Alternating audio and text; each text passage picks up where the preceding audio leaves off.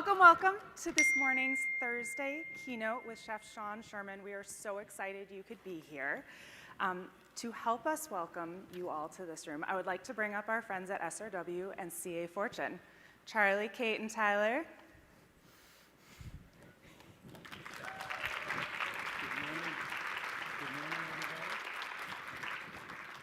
Is the mic on? Yes, it is. Good morning. How's everybody doing? Really? How late last night? Too much? A little bit? Teeny? Well, we are so excited to be here and so excited to bring Chef Sean to you. Just remarkable background and understanding of food and how it relates, and just we're very excited to hear what he has to say. But before we begin, I just want to talk about gratitude a bit. I was here in 2016. I think it was way back in the back there without a mic. But way back there, I didn't know anybody. We had just launched agency, and we always have like a feeling of like, how can I help and what can I learn? And I just started meeting people, and that grew and grew. Thank you so much. It isn't on, but I don't need a mic. Anyway, so excited to be here, and so much gratitude for Expo West and Jenna and New Hope, because we're bringing people together. And just I encourage everybody who's here for the first time to talk to each other, introduce yourselves, because we did that, and now we're very, very fortunate to introduce our new partner, our new colleague, our new company, CA Fortune, who has made a transaction to bring us into their family, so grateful for that. But it all starts with a conversation, and last year, that's when Tyler and I and Kate started talking. So I have talked enough with and without a mic, so I'm gonna hand it over to my partner, Kate. Great timing on the mic working. Thanks, everybody. So I'm Charlie's business partner, Kate, and I also want to express my gratitude to New Hope and to the Expo West and to the natural products community, because SRW exists to serve that community very luckily, because our first two clients just so happened to be Simple Mills and Vital Proteins 8 years ago, and really helped them grow. And this community has given back so much to us. I did give one thing to this community, which was the trend of wearing your baby at Expo. So if you see a bunch of babies here, you can thank me. I brought my baby last year. She did very well. Everyone else was like, that looks fun. And now there's babies everywhere. You guys are welcome. Everybody loves the babies. Anyway, I also just want to say thanks to CA Fortune for imagining the vision of what we could be together with SRW. And I will bring it to Tyler to bring us home. I think that ding was time for us to go off the stage. Once again, thank you so much for allowing us to kind of be up here. My quick snippet that I want to throw out is just whether this is your first time at Expo West or you've been here a multitude of years, this has been an incredible forum, an incredible platform for us just to be able to connect with so many different people, to just kind of move our message forward as an overall agency, and that's just playing a significant leadership role in the growth story of brands all across the country.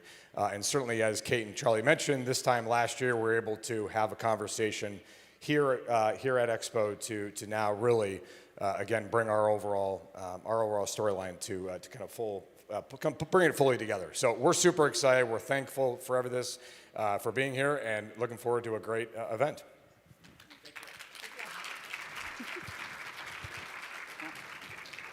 I don't want that. No.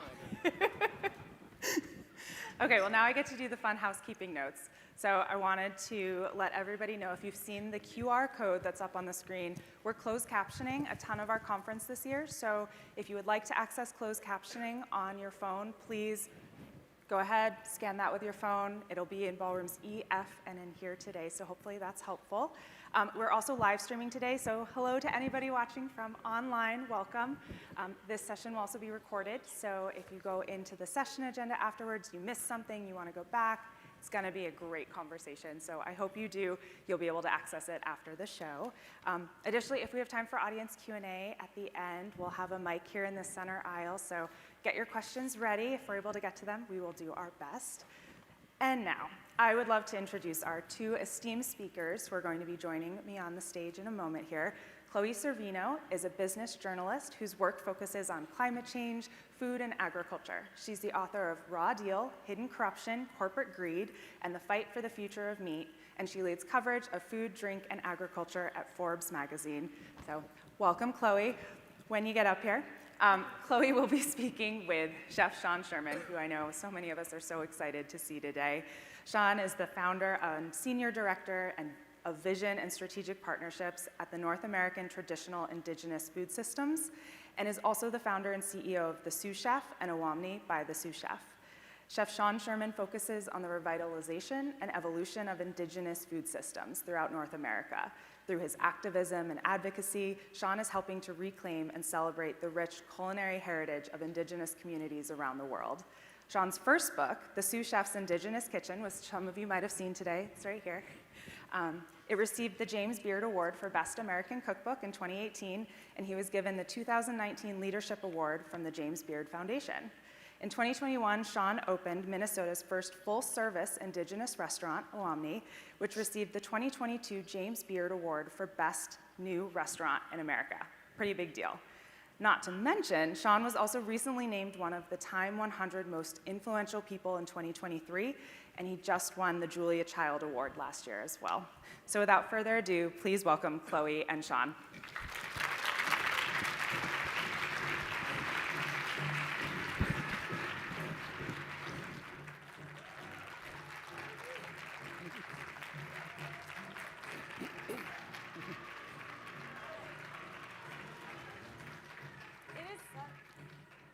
It is such a great honor. It is such a great honor to be here today. Chef Sherman is someone who has been in such an inspiring visionary that for my work, for countless other industry leaders, his cookbook, which is here, I had to bring my own copy because I've had it for years. I had to get it signed. It is, if you all don't have it, must get it.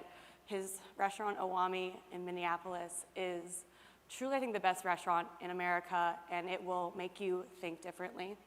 And I think, as we're all gonna be walking the floor later, he's gonna start with the presentation. We're gonna get into a great Q&A, but as we're all walking the floor later, I think we really need to think hard about how we can better acknowledge Indigenous foodways and all take our part to help the revitalization of this really important work. So thank you, Sean. Great. All right. Thank you, guys. Hihani washte, haumatakiape, wambali watakpe, anichiape. My name is Sean Sherman. I am from Pine Ridge, South Dakota. I'm enrolled with the Ogallala Lakota Sioux tribe, and I'm currently in Minneapolis, Minnesota, and we do have the restaurant Awamni. Has anybody been to Awamni just out of curiosity? Oh, nice, a few people. Great. And so Awamni is something completely different, and then I'm going to walk through a presentation with you guys right now. And I'm going to go pretty fast because I have a lot of slides, and I want to basically just tell the story of why native indigenous food products are important, how we should be thinking about them, and kind of what our vision is moving forward with some of the work that we do.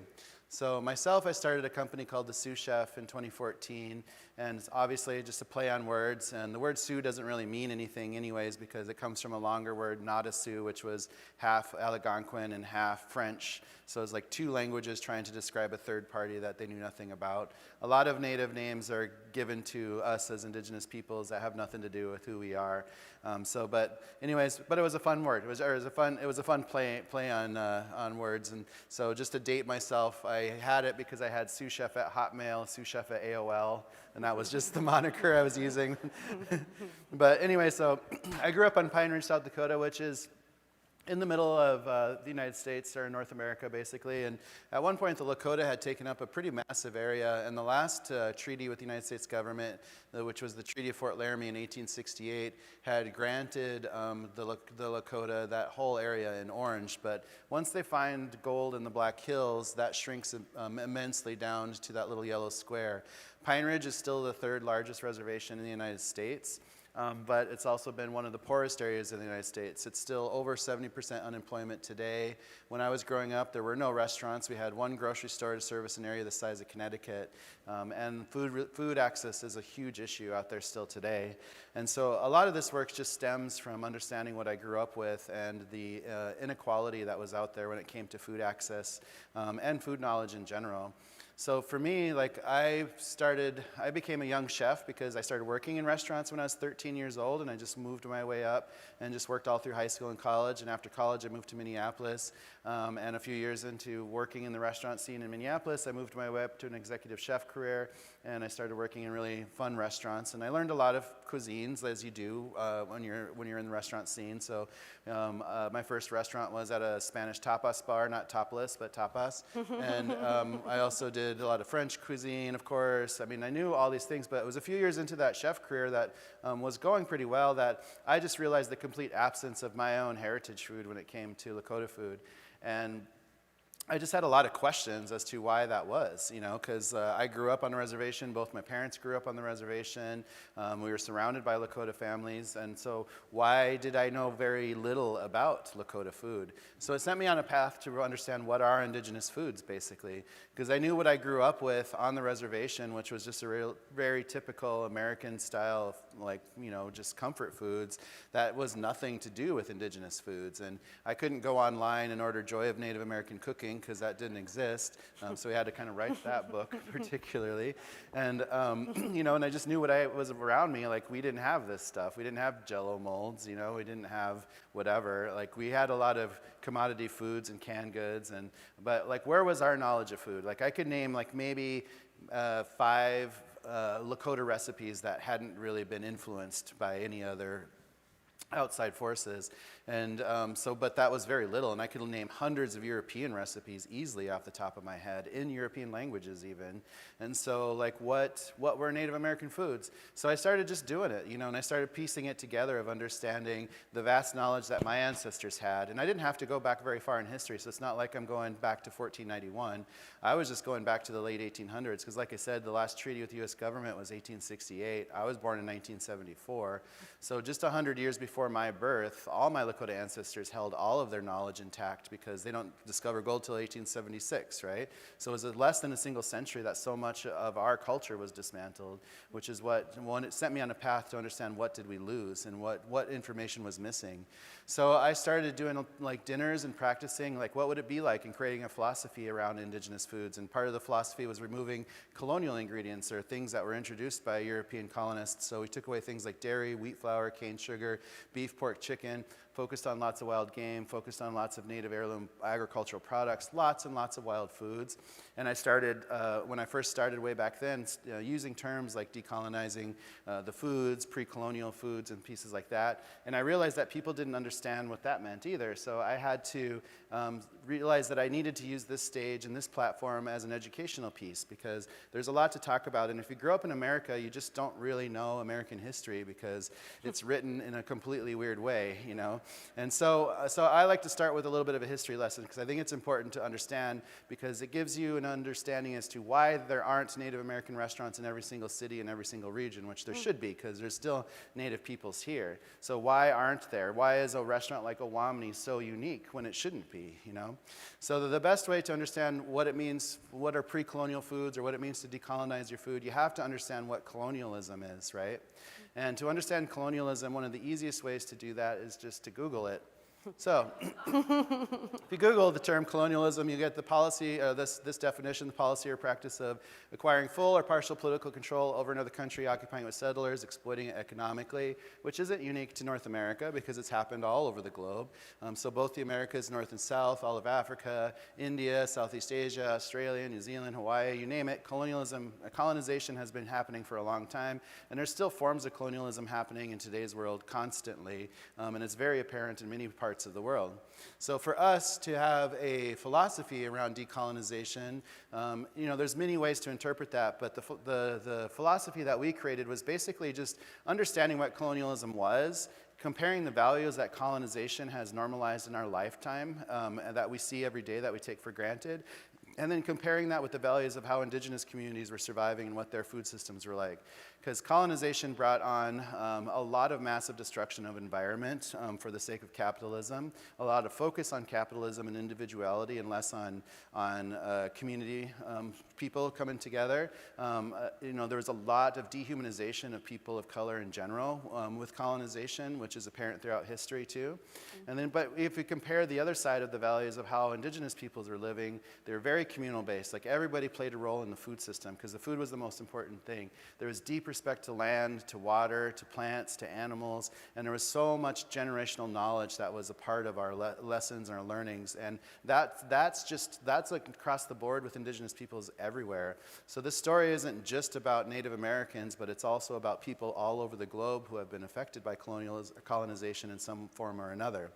And so I like to look at just American colonization as a quick history lesson because it's important to see like what happened here in America in the United States, because we have to remember like we're a very young country. So in the late 1700s, America forms into the United States of America, and at that time period in history, like they're not much more than the 13 colonies that they'd started off with hugged on the East Coast.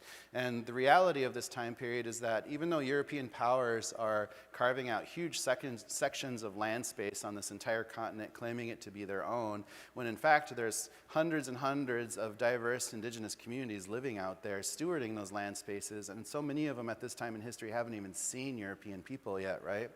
And we don't even define the borders of what we see as the United States today until 1848 at the Treaty of Guadalupe Hidalgo.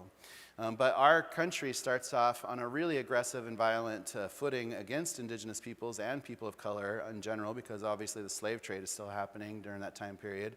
But even in the very first document that the founding fathers of America, they dehumanize us right away just by calling all Indigenous peoples merciless Indian savages, and just that's kind of the tone that carries on for the next century for sure, and even into today's world. There's still a lot of deep racism out there.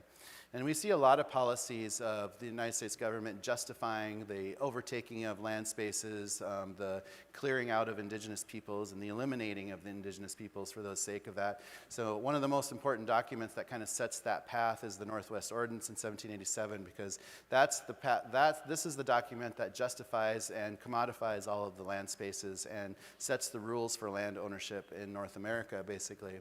That's why when you fly out in a direction, especially towards the middle of the country, and you look out your plane window and you see those perfect grids, that's a whole part of that structure of just like taking over land spaces from Indigenous peoples. And the United States learned that if it took over land space, it could commodify it, section it, sell it, and they make an immense amount of money and become one of the richest countries in the world just off the sale of land that wasn't even theirs, right? And so we have to remember like how fast this happens, because it's not like this is ancient history, because the year 1800, again, like over 80% of this landmass is stewarded by Indigenous peoples. By the end of that century, by 1900, only 2% of this landmass will be in Indigenous hands, only because of the forest reservation systems, which are segregated communities. And during this time period, there's so much policy work coming out of Washington to just continuously make things harder for Indigenous peoples, taking over more and more land space, an immense amount of violence. California wipes out its entire Indigenous population almost to completion, to over 95%, a minimum of 95% of life of loss between 1850 and 1860.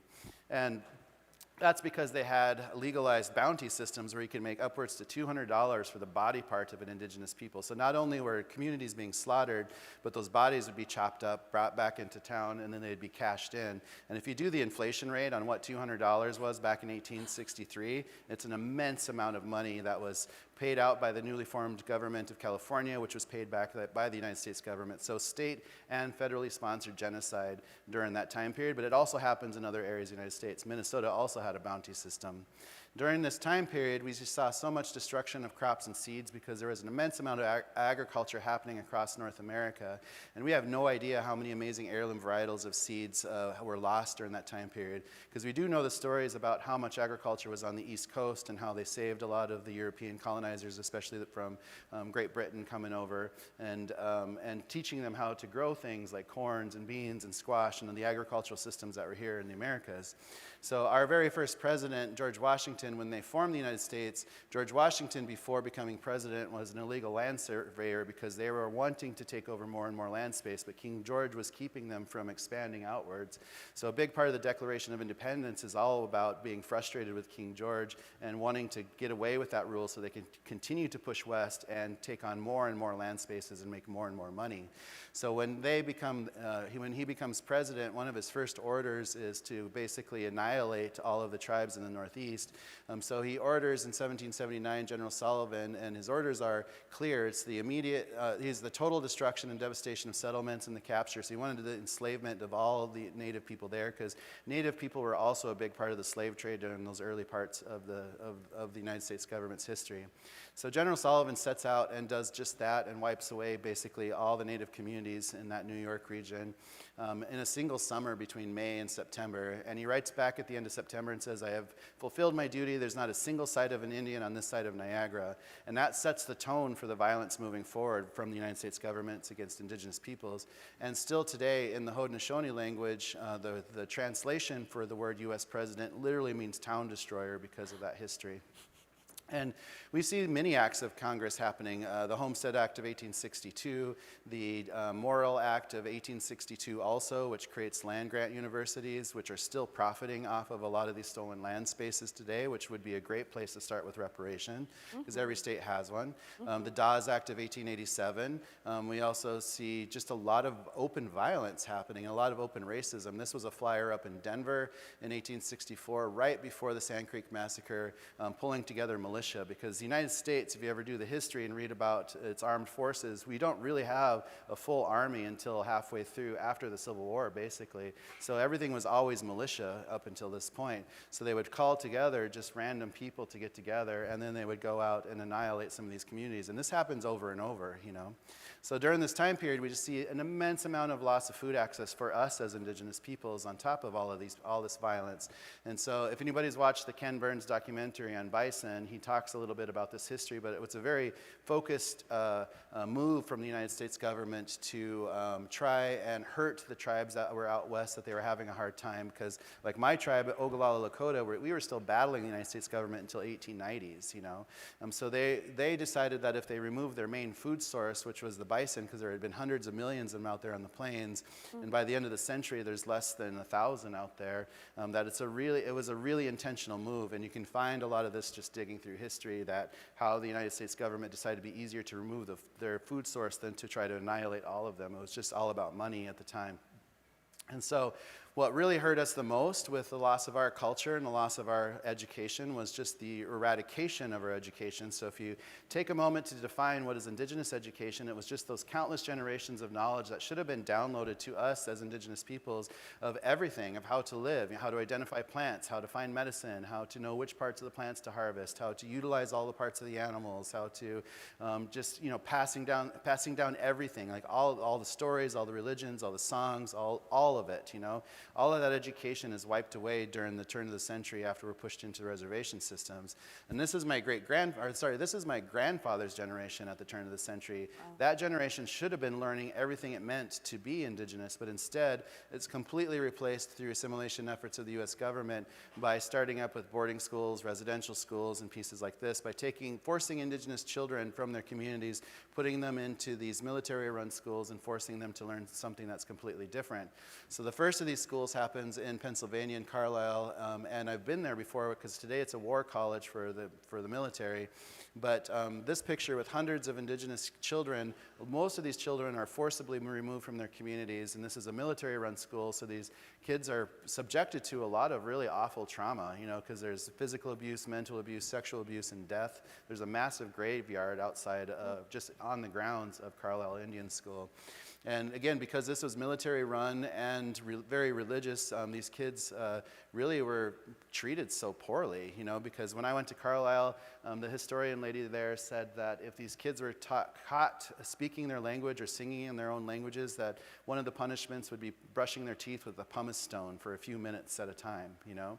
And just really, and these are little tiny kids, you know, but this was the treatment that they're subjected to. And this trauma just carries down because we still have a lot of these same traumas happening in our own communities because of this generation who are subjected to this. And these boarding schools pop up all over the United States, all over the territories at the time, which were Alaska and Hawaii, all over Canada, which are residential schools. And if anybody's followed the news, especially during the pandemic time when they started searching grounds and finding hundreds of unmarked graves around some of those schools, you know. And the United States still has a lot of work to just try to unpack what actually happened during this time period in history. So moving into the next century during the 1900s, like, it doesn't really get much better for us. It just becomes another century of invisibility, of segregation, of racism.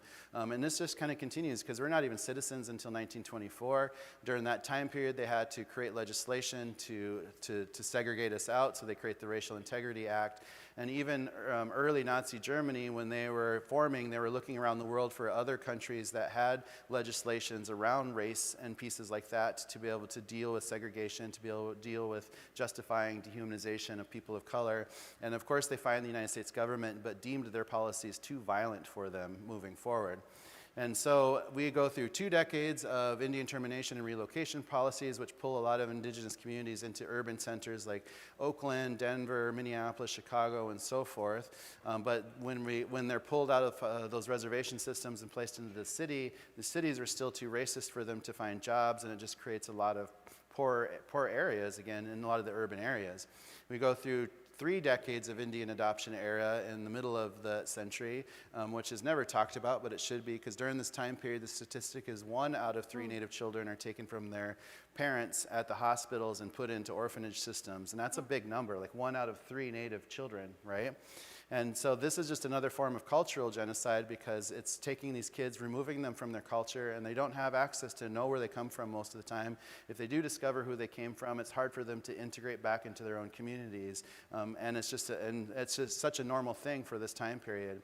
We can't vote until 1965, like so many other people of color. And when I grew up in South Dakota, our state government wouldn't allow votes until the 80s because they didn't take votes from disorganized counties. But today they just gerrymander everything, so nothing's really changed still. They're still always keeping votes away from people of color.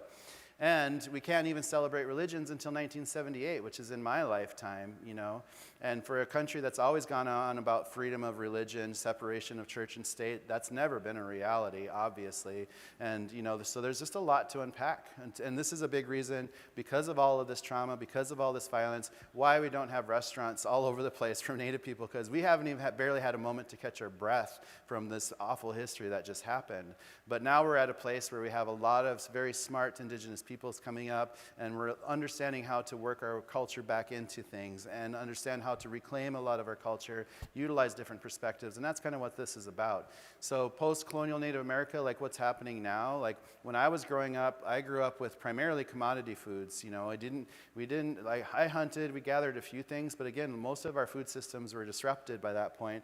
So we grew up with commodity foods, FDPR programs, and this has nothing to do with the fresh vegetables in front. It's just those canned goods. So it's a lot of cans of over-salinated vegetables, over-sugared fruits, and literally gallons of corn syrup that we would be given to use for sweetener, and government cheese, of course, and just lots of just like bad carbs out there, you know.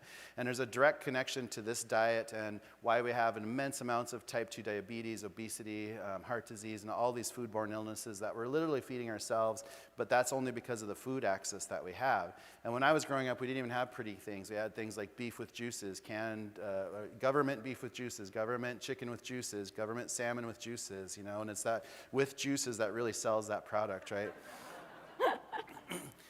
So understanding Indigenous food systems, so it's one thing to understand the history, but now it's another thing to unpack what Indigenous food systems are. And it's really about diversity, because if you look at North America, we're extremely diverse, you know. We're so used to the homogenization of everything that everything's the same, because I feel like I could almost write the menu before I walk in a restaurant, because it's always the same stuff. It's always a bourbon bacon cheeseburger, some kind of Caesar salad, some buffalo fried cauliflower, whatever is the hot topic at the moment, you know. It's just all the trends, and we just call them keyword cafes because they're always the same. There's nothing creative about it, you know. And why does every restaurant have to be exactly the same? So we have to realize that there's so much beautiful diversity here, and to understand the diversity of Indigenous peoples, you have to look at language maps as one way to see it, because Indigenous peoples lived every part of North America from from the Arctic to the tropic.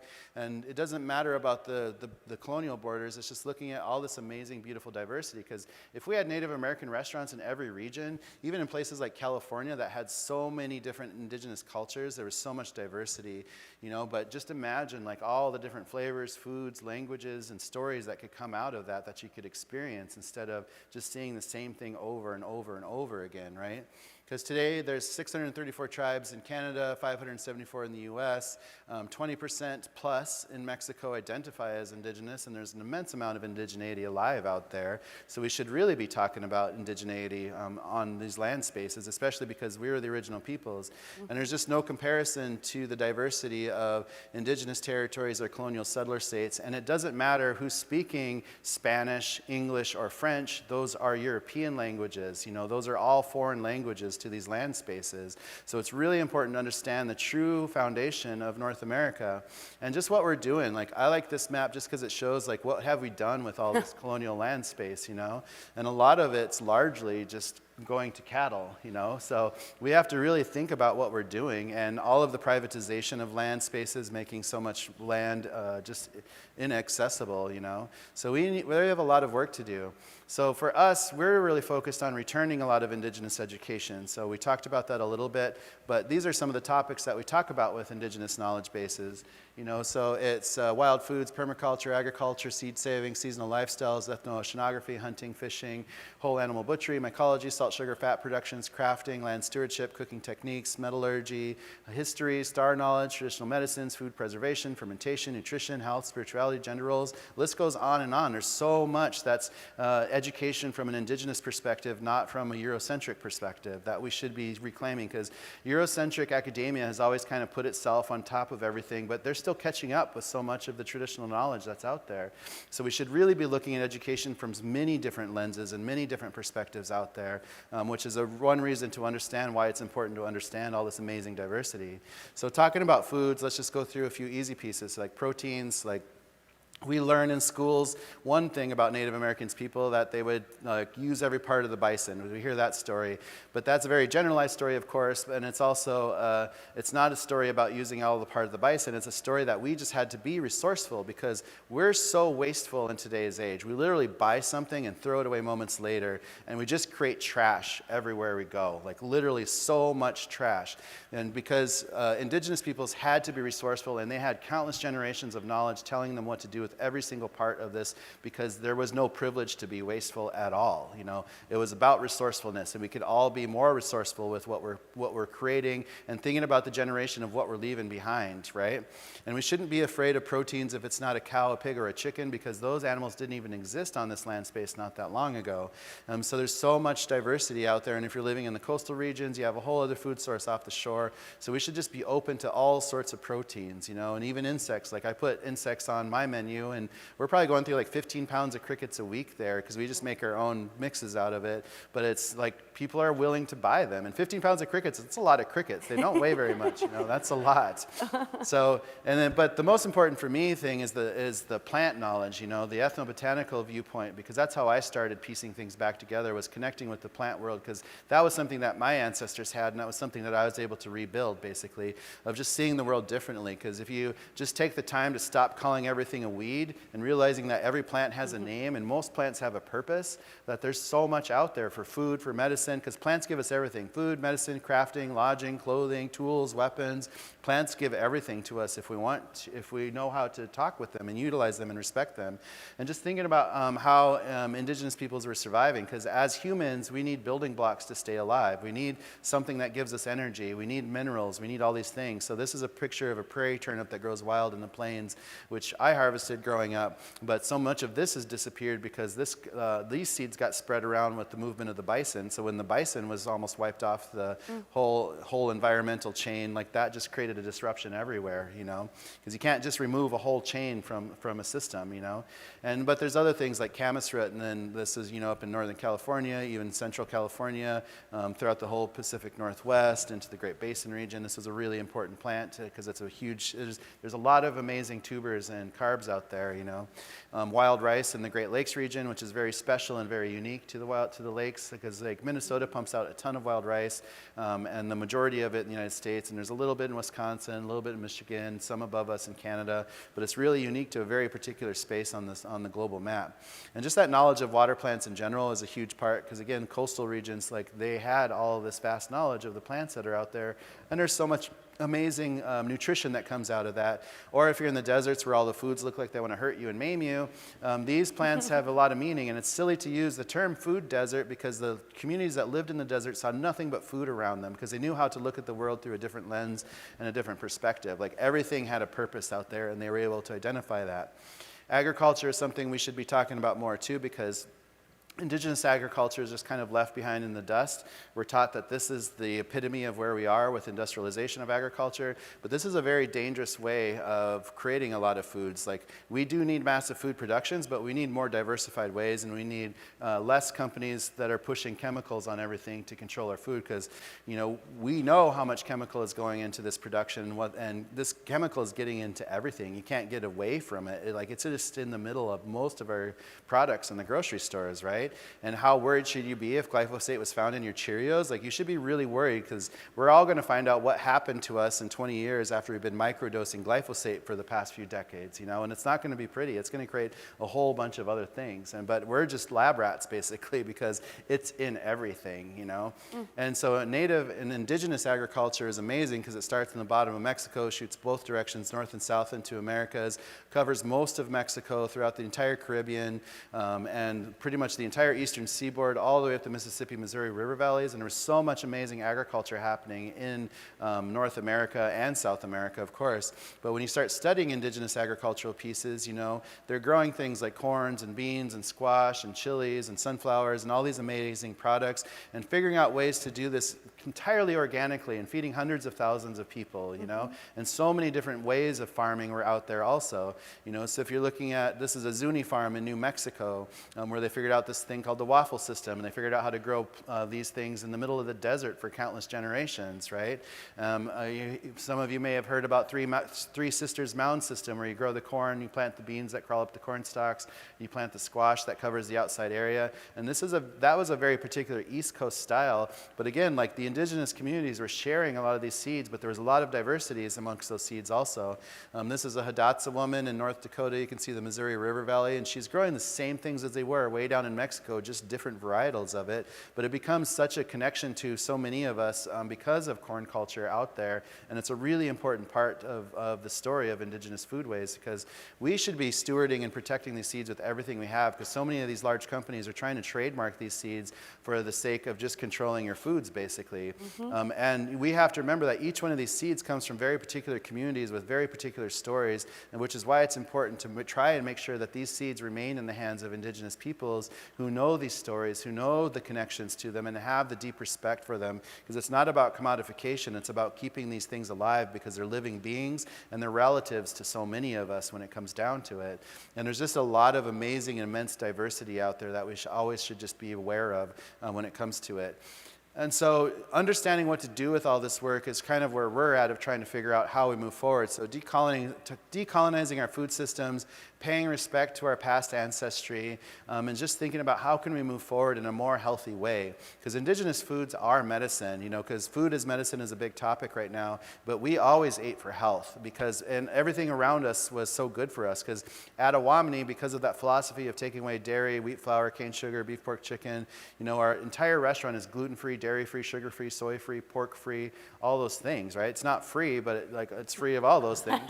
And it's you know, and you feel good when you eat that kind of food. You just do. It's just clean. It's not over-processed, and you feel really good about yourself, because it's not like you just downed a 6,000-calorie hamburger or something and your body hates you a few moments later, right? And there's a lot of benefits to indigenous diets, because you have healthier fats, more diverse proteins, low carbs, low salts, a lot of plant diversity, a lot of organic agriculture. It celebrates a lot of cultural and regional diversity and regional and seasonal-based food systems. So there's a lot of benefits. And it's not hard to implement that into our lives, because we literally could just start by going outside and seeing the world around us for what it is, you know? And we all have these little smart computers in our pockets, so you can literally just take a picture of a plant and it'll tell you what it is. So there's no reason not to learn about this when it comes down to it. Because if we start opening up our eyes, you're going to see nothing but food and medicine around you constantly, everywhere you are. And we should be having a lot more education about that, which is part of some of the stuff that we're trying to do, because it's fun to create your own pantry items, to make food taste like where you happen to live or where you happen to be. And just like being experimental, like why not? We don't have to be stuck in the past. We're not trying to create a museum piece of this is how Native Americans ate in 1491. We're trying to evolve this into the future to showcase what's possible for all of us on the planet, basically. And chefs get to be creative, chefs get to make things taste pretty, but it's really about the intention, it's really about the story behind what you're actually doing, you know? Because we're just trying to make food taste like where we are to make sense. Like here's a picture of white cedar, rabbit, wild rice, cranberries, maple. I can stand in one spot in the forest in Minnesota, look around and see all those ingredients right around me. And so we should be making food taste like where we happen to be. The Western diet's completely ignored the amazing botany, botanicals that are out there and the flavors that are out there, you know? And it's okay to keep things really simple. We don't have to have, you know, 20 different items on a plate and with 30 different chefs' hands processing it. We can keep things simple and beautiful and just appreciate food for what it is. And for us, we just want to move this knowledge forward so we can get this food directly into the indigenous communities who have been suffering, because indigenous communities, are, like I said, are still segregated communities, you know? And we don't even have access to our own foods, largely because of things like the USDA having certain food codes of what we can and can't have, and a lot of it being lobbied by certain companies like the dairy industry, the cattle industry, and things like that, and keeping us from our own proteins, keeping us from a lot of our wild foods. So there's a lot of work to do. But I believe that food sovereignty is possible, that we can get through there, because we just have a few steps of things. We need healthy food access, we need more cultural food producers, we need regional food systems, we need our local control, which means non-governmental control. And I think tribes are in a good place to be able to define their own food laws and food codes if they really, really want to. And also access to our indigenous education and environmental protections to protect what's around us. We need those pieces to get there, but we should be doing what we can to shift the power from companies and government from our food system and bring it back towards ourselves, because we're taught to believe that if we want food, you have to buy it. But that's not necessarily the thing. Like, we could work together as a community to grow food, because that's how indigenous families had survived for countless generations across the world. So our vision was, doubled that one, sorry. Our vision with the nonprofit that I created called NATIVS, which is an acronym North American Traditional Indigenous Food Systems. It's really about trying to see a path forward through this with different intention. So our main goal is creating access to indigenous education and creating access to indigenous food, because they have to go hand in hand. Because I can hand somebody a bag of dried corn, but they won't know what to do with it if we don't have the education behind it, right? So we have to have that. So in Minneapolis, we've set up what's called the Indigenous Food Lab, which is kind of a multi-tiered space, because we have a market space, a production kitchen, a classroom studio, and we have a food service concept, which is our restaurant, because the restaurant's actually a part of the nonprofit. Because we use the restaurant not for food relief and food access because restaurants are too expensive, but we use the restaurant because that's where job creation happens. We have over 100 employees with 70% of our staff identifying as indigenous. We're moving tens and tens of thousands of dollars directly to indigenous food producers because of our tier of purchasing. And it becomes the voice. It becomes a place where people can come and try the food, and a place that we can grow and learn, you know.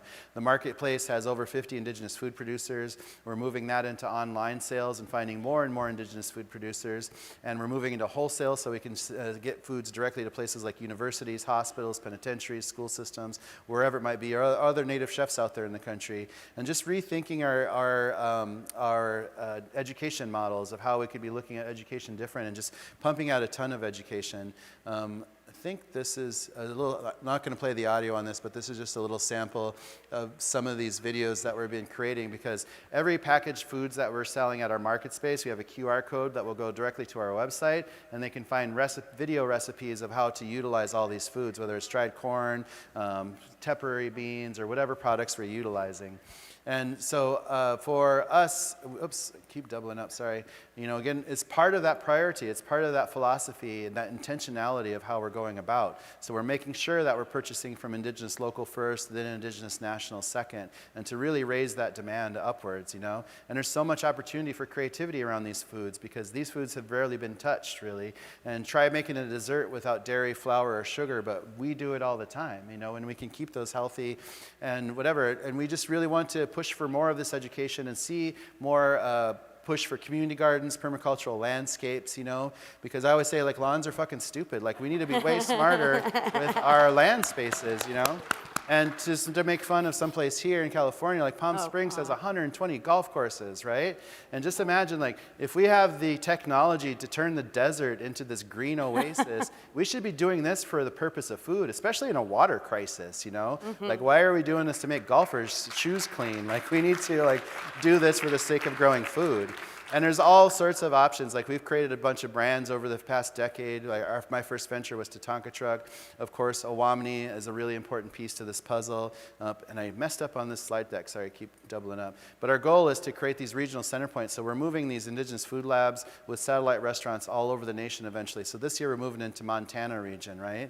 And we'll set up the same things that'll have a market space, a distribution network space to get food out to those tribes, an education space to train and develop more people, the classroom to record and steward Indigenous knowledge and education, a production kitchen to create things, and we have co-packing ability, so we just created things like an Indigenous baby food and some wild teas and some other packages that we're creating, and we're going to do this everywhere, because after Bozeman, we've got Anchorage, Alaska. After Anchorage, we've got Honolulu. After Honolulu, we've got Rapid City, South Dakota, and we're just going to keep expanding and growing, but we're doing this through a nonprofit, but we believe that we can help shift that power back, especially to Indigenous communities, to have more power and control of their food and their health. Because if you can control your food, you can control your destiny, and that's just a part of the history.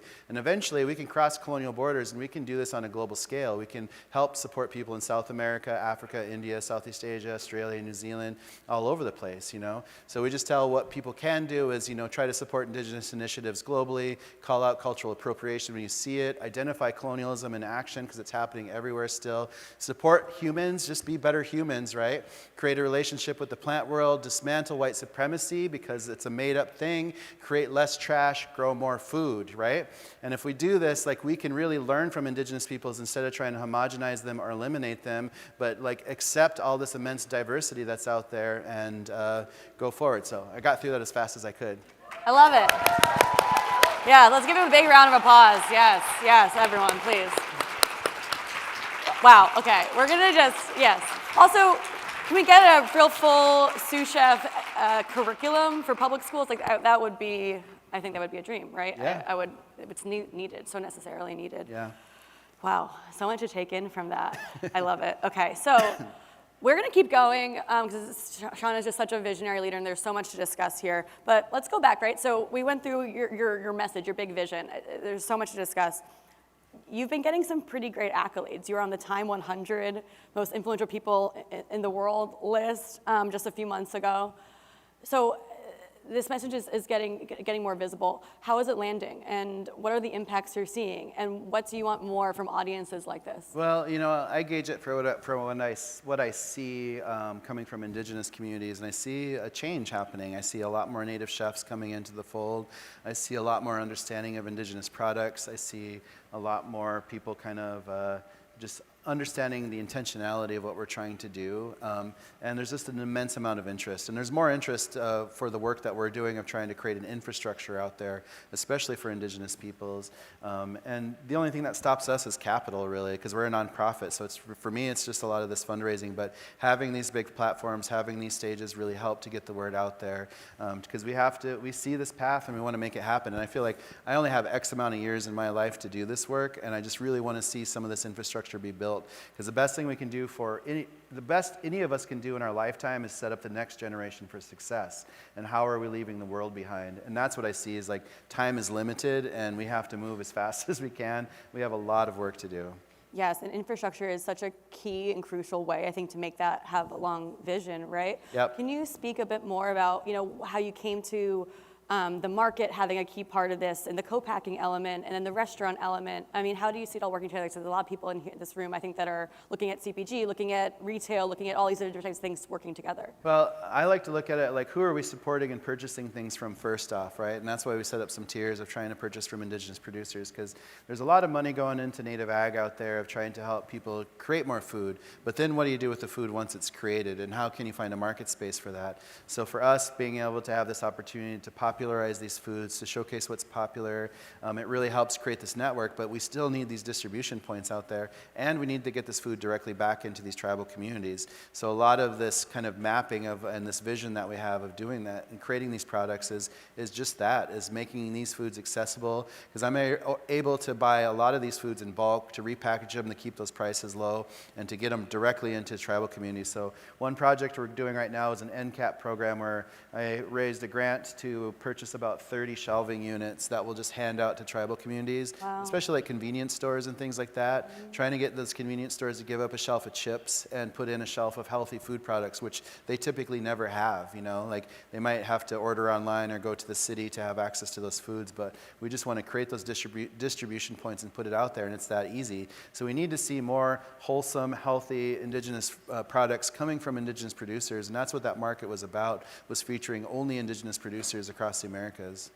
And what a platform. I mean, I wish the market was open when I was there. Honestly, it would have filled my bag. And I'm excited for it to launch on e-commerce. Yeah, and people can order it online, so Yeah. we are moving into that, and it's just taking us some time to grow. So talk a little bit more about the baby food you recently made. Sure. I think baby food's a really hot product, right? It's a really hot category. It's going to be all over the floor down there. Oh, yeah. Tell us about what you did and how it's different and why it's authentic. Well, you know, baby food was probably the hardest part to try and co-pack. So Yeah, it's difficult. There's a lot of rules around that. You don't want to make babies sick. And but this was a fun project because we worked with another local Indigenous organization in Minneapolis, and they grew out a whole bunch of stuff because they had a farm space. They had a bunch of heirloom squash, and they had sweet potatoes, and they harvested wild rice. And so they brought us all these products, and then we processed everything. And we have a food scientist on staff too that helped us do everything to keep the nutrition as high as possible in this, to not burn out all of the important minerals and pieces, and to be able to package it safely. And it's a beautiful product because we have this really true wild rice, and I think there's squash with maple, and the Getio-Kosamin squash, which is a cool heirloom varietal, and there's all these cool things that come out of that. And so I just think there's a lot of opportunity for some of that wholesome stuff, and utilizing heirloom seeds, because seeds is a big part of our work too, of connecting with a lot of Indigenous seed keepers, because like I said, we have no idea how many seeds were lost during that push in the 1800s, so it's important to protect what's out there, but also to find certain ways. And some seeds should stay just within Indigenous communities. They don't have to go into the capitalistic machine. And some seeds where there's a lot of them out there, then we should be celebrating those and using the Indigenous growers to be able to produce that. So yeah, I was really appreciative just of how your presentation went through. Also, the huge devastating cultural erasure in seeds is such a crucial example of that, and something that we all can take a better part in. You're on the board of the Seed Savers Exchange. Yep. Can you speak a little bit more about how that work is resistance and you know, creating alternatives? Well, I just really wanted to be close to a lot of those seed keepers, and so I had the opportunity of joining that board. So I've been on that board for about a decade, and I'm on the board for another smaller farm in Minnesota called Dream of Wild Health, and they're a native-run farm nonprofit. But it's a matter of just like finding these Indigenous seed keepers out there across the country and finding ways to utilize some of these products, and obviously creating a demand for these products too at the same time.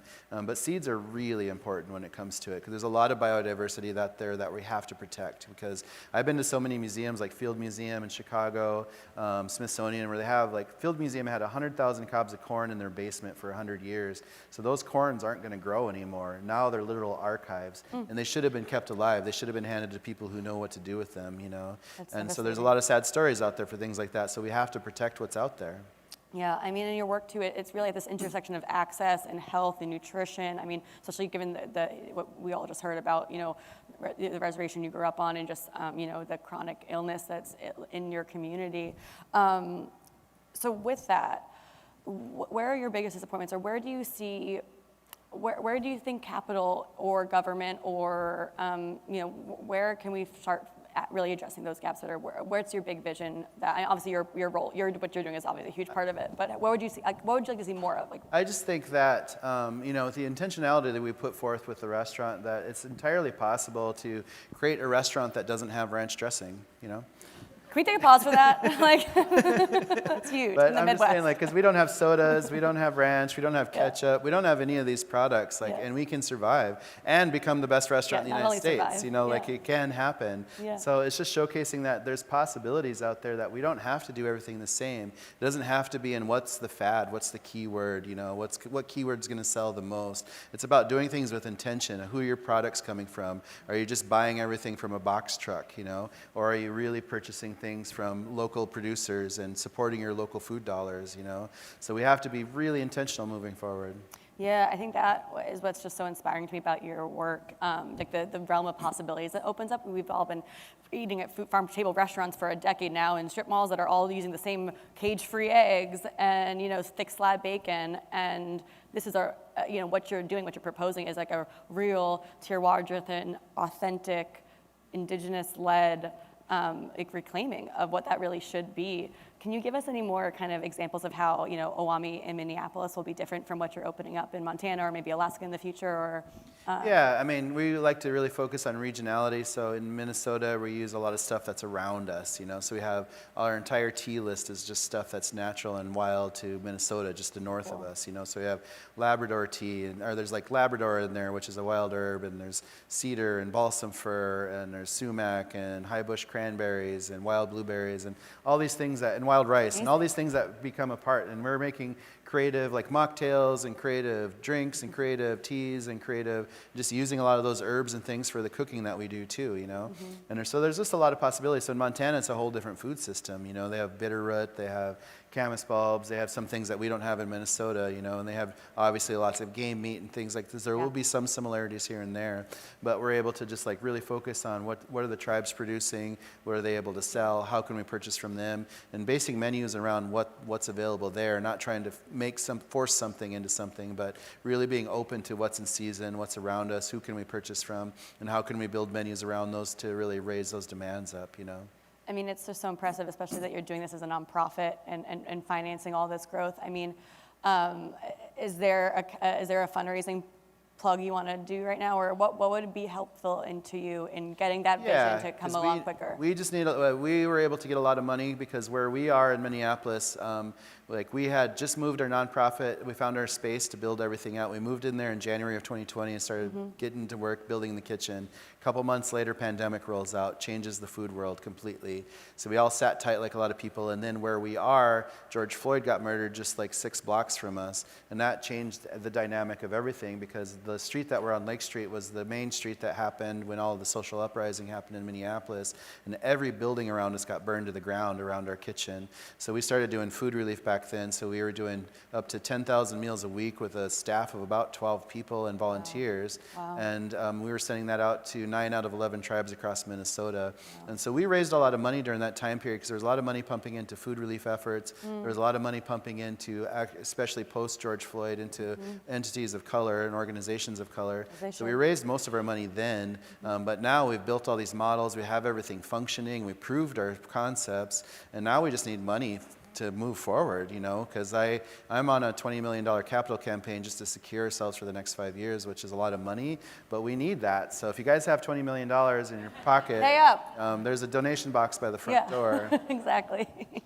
So speaking in that vein, right, obviously half of Expo West is kind of like investors and strategics and people who have money who are trying to invest in new brands. Yeah, and we can help create things. We can put some of this money forward to help create more restaurants, to help create more products, to just get more stuff out there, So there's investment opportunities with this situation, but there's also just a lot of philanthropic good with this situation too. I just love that it's a model that is replicable for you, but also for anyone else who can try to do this in their own region. Absolutely. That's how it's so powerful. Yeah, absolutely. So we just look forward to that day when we can drive across this country and stop at these indigenous-run food businesses and experience this amazing diversity.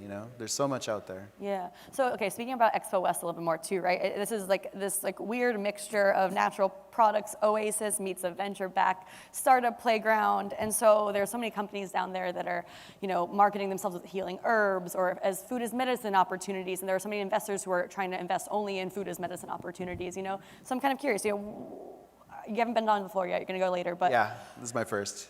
So do you see commodification happening broadly when you're looking at some of these newer companies, or how should people here look at the stuff downstairs, and what would you say we should be thinking about critically? I just hope that, we can be a lot more culturally appropriate moving forward, that we can offer some of the privilege to some people of color to develop their own stories and their own foods instead of other groups trying to capitalize off of somebody else's culture. I think we should be past the days when chefs or companies are discovering Oaxacan food or something. Like, that's just dangerous language, Like, we need to be way smarter, and we should be better at that, because America was good at just culturally appropriating everything for a long time, But I think that right now we should really allow people to express their own foods and their own flavors instead of these watered-down versions, And so I think it's a good opportunity to help uplift people that have the passion to want to create products, to want to tell stories, to want to build intentionality, to help do things with their communities, and finding people like that, And that's what we're trying to do too, is find a lot of these projects that are out there and see how we can be a support system, because that's all we're trying to do with our nonprofit, is just create a support system for other Indigenous communities out there, And there's opportunity around the globe to do this. Yeah, absolutely. I mean, I can't tell you how many Real Housewives email me or pitch me on brands that they're just discovering mezcal, and I'm like, oh, please, Yeah. get out of here. So I would love to go back to your sourcing, right? Because Sure. I'm a sourcing freak. I think that's so important to everything you're doing. Not only are you saying no to refined sugar and processed wheat and colonized ingredients like soy, but it's also, using your economic purchasing power to say no to monocrop and Yep. monoculture. So I'd love to go back into that time frame, right? You talked about it a little bit in the presentation, but can you bring us through your journey with that? And was it just one kind of quick decision? What was the lightning bolt moment for you when you decided this is just what we're shunning and saying no to, and we're reclaiming everything else? Well, it was just a lot of the contemplation in the beginning days of trying to define how I was moving forward and how could I present Native American foods, because it was something that people didn't really know, because even early on when I started trying to do a couple of dinners and press started asking me about it, and they're just like, oh, weird, Native American food, never heard of it, what is it, and I feel like that question followed me around for the first couple of years, but as we started getting more and more stuff out there, then it started to change a little bit more,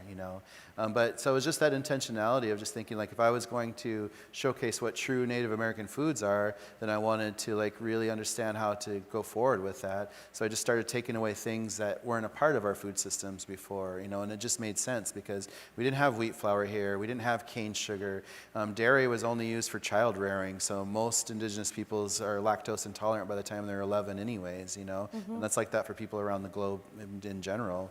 And so just removing some of those pieces, dairy's still an important part of nutrition for younger children, but it was usually mother's milk at that time period, And we just really wanted to create something healthy, and because we're gluten-free, dairy-free, sugar-free, soy-free, pork-free, that's just the Indigenous diet of the Americas, that we're just all these fad diets are trying to catch up, and all these fad products are just trying to catch up to something that's always been there, So there's just, again, it's a different way of looking at it. So it just made sense to me to move forward. Because if you go to a lot of Native communities, you'll find fry bread, Indian tacos, Navajo tacos, or whatever you want to call them.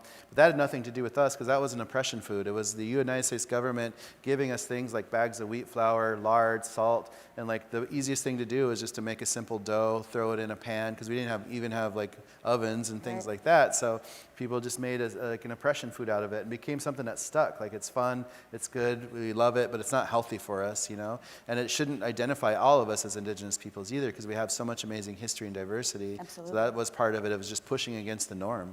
Absolutely. It's so special. So, has this been hard for you to find, sources that can stick to these standards, or, farms that aren't, using synthetic farming, or, producers? I mean, we were talking a little bit about bison behind the stage.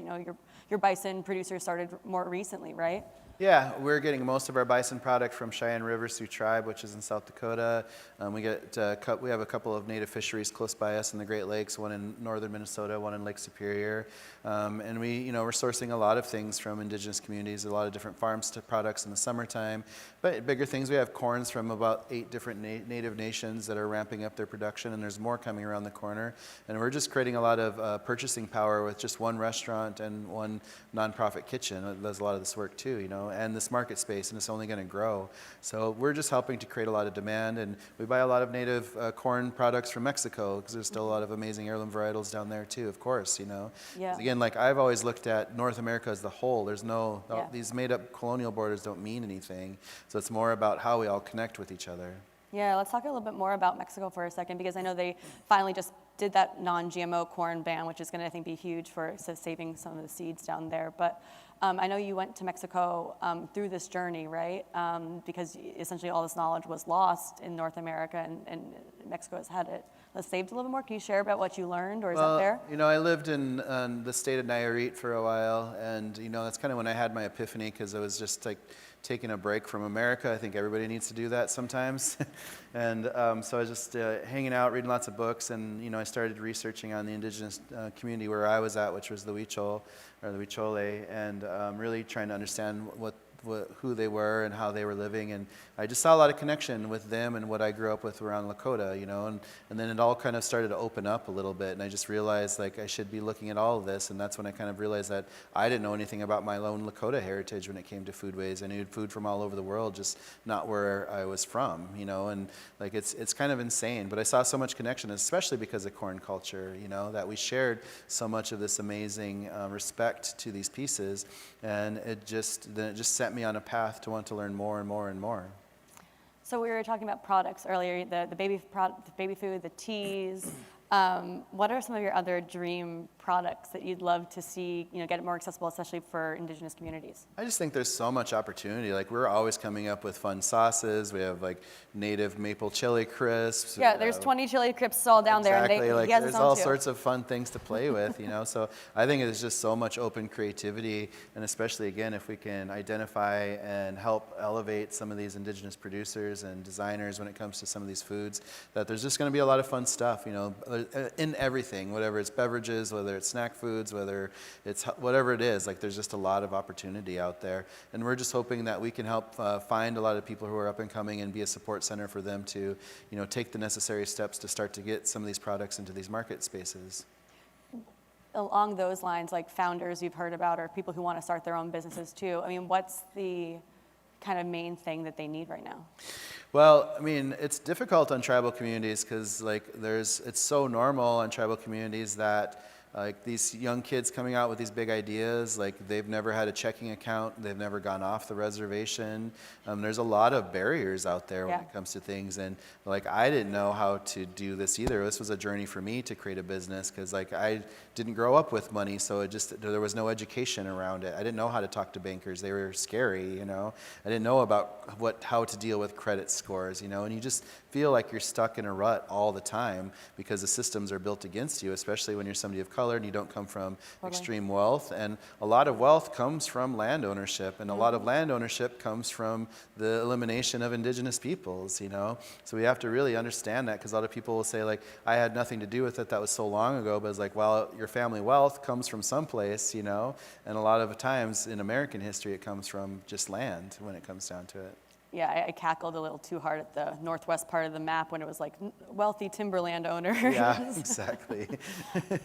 So we only have a few minutes left, but if anyone does have any questions, we might have a little time at the end if you want. So if you start raising your hands, maybe we'll have some time. But otherwise, just to wrap up, I heard that you're soon turning 50. I actually turned 50 on Sunday. Oh my goodness, well, happy birthday. Thank you. So that's a really big milestone, right? Yeah. So not to, ask the too big of a question, but like, what do you want your legacy to be?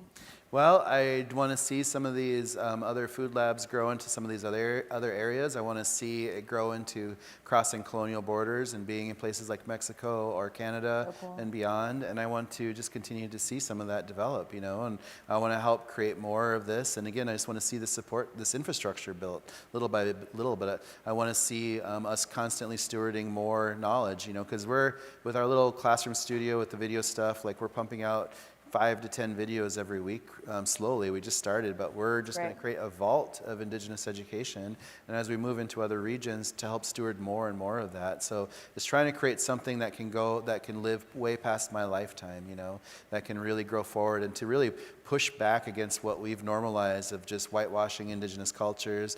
And we're in a dangerous, weird time. Like, there's literally states taking away Black and Indigenous histories out of what they're saying is comfort, and that's the wrong direction, because we should be learning from history. We shouldn't be going in that way. We should learn from, history is awful, history is violent, but we should learn from the mistakes of the past so we don't repeat them. And if we hide that history, then we're going to be bound to repeat some of that stuff. Yeah, we can't hide it. That's the main point, I think. Yeah. And your work is doing the exact opposite of that. Yeah, exactly. We have to put it out there. Yeah. Yeah. Any final thoughts? Or? Again, like, if anybody wants to learn more about us, please visit our websites, pick up our cookbook. There's a new cookbook coming out next year. Oh, shoot. Yeah, Can't wait. and so the new cookbook will be all of Turtle Island, which is Mexico through Alaska, to showcase the diversity, thinking about how we should look at that. So it's a big, big project. And So yeah, excited. we just want to see more of this out there. So thank you guys for Amazing. listening. Does anybody have any questions? Yeah, does anyone have any questions? Yes. Yeah, please. There's a mic in the middle, I think, somewhere. Somewhere? I can't see. And I'll take this moment while we're getting to the mic.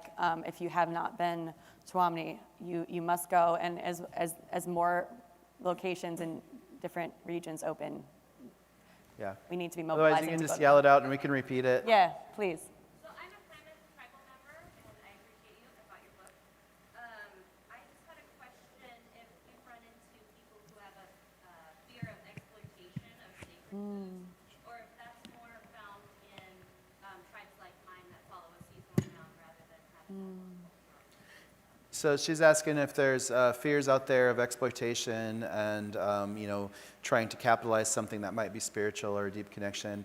And, there's a lot of, it's hard to even say the word gray area, because there's a lot of factors to a lot of this, because so many of our foods were taken from us, so what we do have left is really special and really ceremonial. And a lot of us in ceremonies were forced to, like I said, we couldn't celebrate our religions until 1978, so it became dangerous to be knowledge holders on top of that too, right?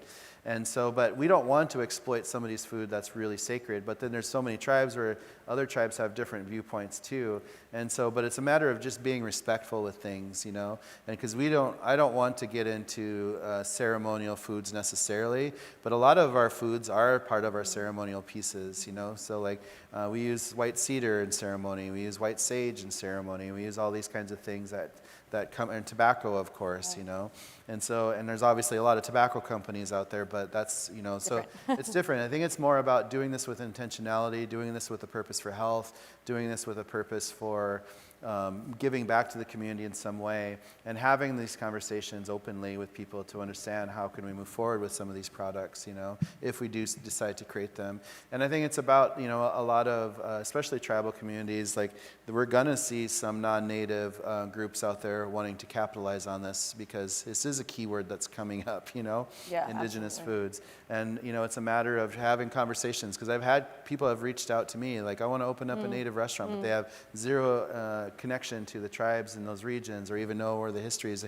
They want to do it because it looks cool, And so having conversations like, well, you can do this, but you're going to have a lot of difficult talks, especially with tribal communities that are going to be very upset if you're just trying to exploit their cultures. Because if you're trying to make money off of somebody's culture, that's cultural appropriation. That's just the clear definition. So it's just being very open about some of those conversations, But again, it's going to take some hard conversations, because so much of our foods have been ignored for so long. But I think there's a lot of opportunity for tribal communities to really think about what they can do to get that food out there and to have access to it. So it's not just a special time of year, but it could be more accessible through a longer period of time too. So it's a difficult question. Yeah, and I'll just add that I think it's all about equity, right? And Yeah. like keeping your control, because I just see the investor frenzy out down there, and I think Absolutely. it's really just about maintaining control and having it be Indigenous-led. Absolutely. Ideally, yes. There's another mic too, sorry. Oh, Hi, Natoro May. My dad's Ngabe Bugale from Panama, so more of the turtle tail with the jaguar people. Yep. I want to, I guess, have you go full circle with this and talk about how your work is connecting back to Pine Ridge. I know there are a lot of projects there. I mean, there's still a lot of need, but like the Lakota Waldorf School, and just like what are you doing with how these kids are coming up and some of the opportunities that hopefully they're facing these days? Yeah, we have a project that we're working with Red Cloud Indian School right now, which is a pretty large school right outside the town of Pine Ridge. And that school was the first boarding school in Pine Ridge, so it's where my grandparents had to go, have their hair cut, learn English, learn Christianity, all those things, right? And then so now it's a big private school, and I can't remember which religion runs it off the top of my head. But anyways, they reached out a few years back to ask us if we would help them with recipes. So we went and took a peek at their kitchens just to see what they had, and all their kitchen equipment was from the 70s. They never upgraded anything, you know, it was as old as me. So we used our nonprofit to go halvesies with them to give them kitchen equipment so they had capacity to do healthy foods. Then we've just been giving them about maybe 6 Indigenous recipes a month so they can baby step. And when the summer rolls around, we're going to bring their culinary people to us in Minnesota so they can train with us and we can help them develop more recipes. But working on that institutional style level of cooking too, so we can scale things to 500, to 1,000, to 3,000, whatever it might be. And knowing, especially in those school systems, like the food cost has to be really low. It's like $1.75 to $2.50 range, you know, which is a really low price to get nutrition out there. But we can work on it and we can figure out ways to do that. So that's one of the projects we're doing on Pine Ridge, but we're hoping that we can open up a food lab in Rapid City to be a closer regional center point to help with a lot of the tribes out there. Because obviously that's a very important region for me since that's where I grew up, that's where most of my family still lives. And I really want to help to see some impact happen there very soon. That'd be amazing. I don't know if she wants to go. Yeah. Hi there, I'm Miriam Aguilar. My question was in regards to, I know you were talking about earlier, supporting those who want to start their own brand and how there's a lot of, you know, much more to that. What kind of support does your nonprofit help, or how does your nonprofit help those who are like seeing themselves as Indigenous, maybe not like Native American, but how does that blend in and what support do you offer? Well, I mean, we have a lot of people on staff. We have a lot of people from Mexico, some from South America, some from the Caribbean, a lot of Native people, of course, a lot of people, Native communities around Minnesota, which is largely Dakota and Anishinaabe. And so we're just trying, again, like we just want to be a support center, you know. So like I helped my friend Crystal Wapipa, who owns Wapipa's Kitchen in Oakland, open up and help just kind of see what she needed. And we helped train her first chef a little bit. Early days before she opened the door. I'm helping the Minneapolis American Indian Center out by helping them with some of their recipe development and just guiding their chef, who was a part of our team actually. And you know, and we send a lot of foods out to some of these communities that are needing it, because we're just moving into this wholesale thing and trying to be a one-stop shop, so people don't have to go through 50 vendors like we do, but they can just order directly through us and we can keep that low. But again, like we just want to support with our market space in Minneapolis. We have a small kitchen where people can order some food because it's like a multicultural food hall that we're in. But we set up that kitchen so when we are training and developing somebody with a business idea, that they can just do a menu takeover and use that as a practice space to kind of like see how it functions and see if they want to tweak their menu and stuff like that. But we're connecting with people of how to do some of their business support, so they can find funding, talk to funders and banks or whatever they might need, or connect them with people that might be able to find some of the capital they need to kind of move forward. So we're just trying to be really open to the kind of support that's needed out there for people in general, you know, and plus just putting out a lot of education in general for people to see things differently. And that's our hopes, is just being very open to it all. I hope culinary schools teach into this. Yeah.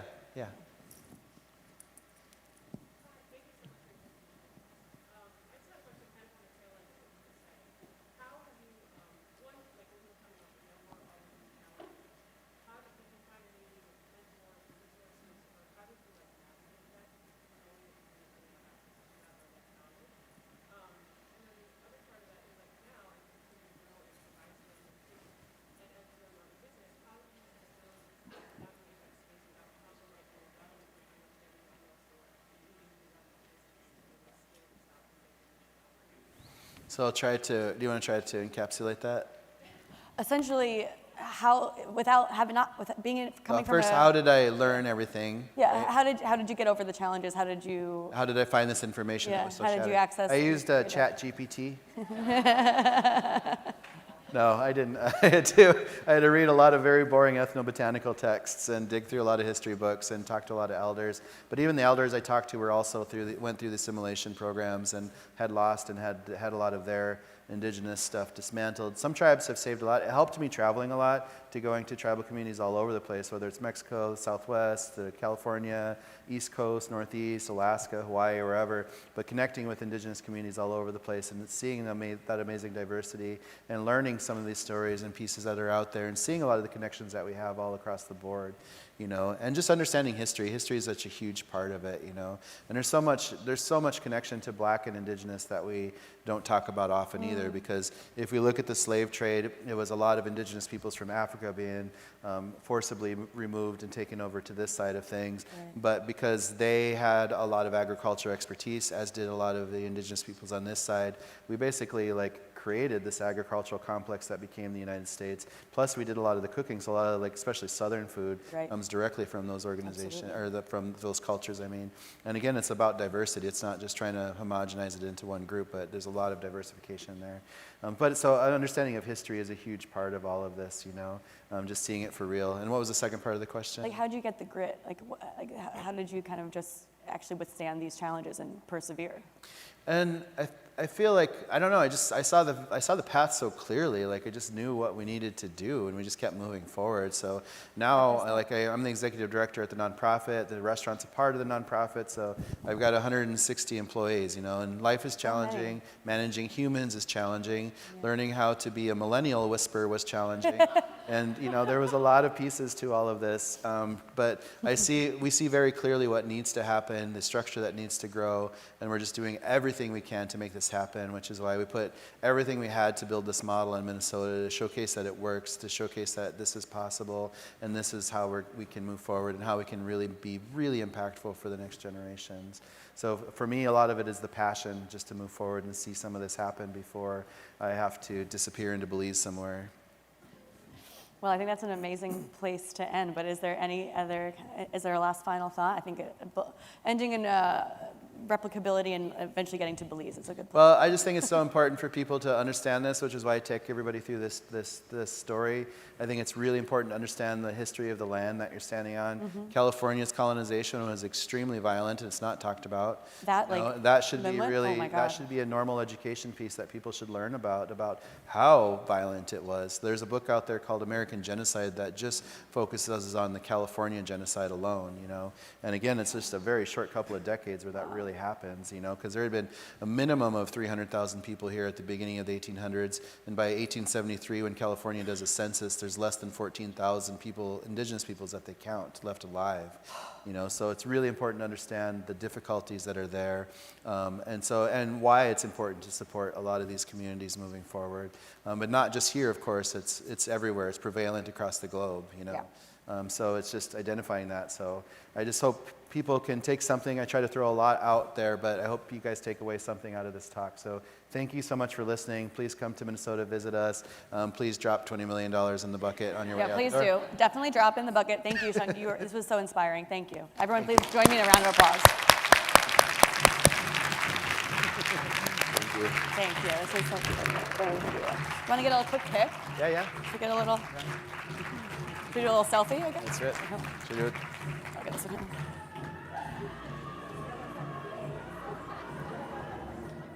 Awesome. Thank you. Thank you. Yeah. This was so great. Oh my gosh.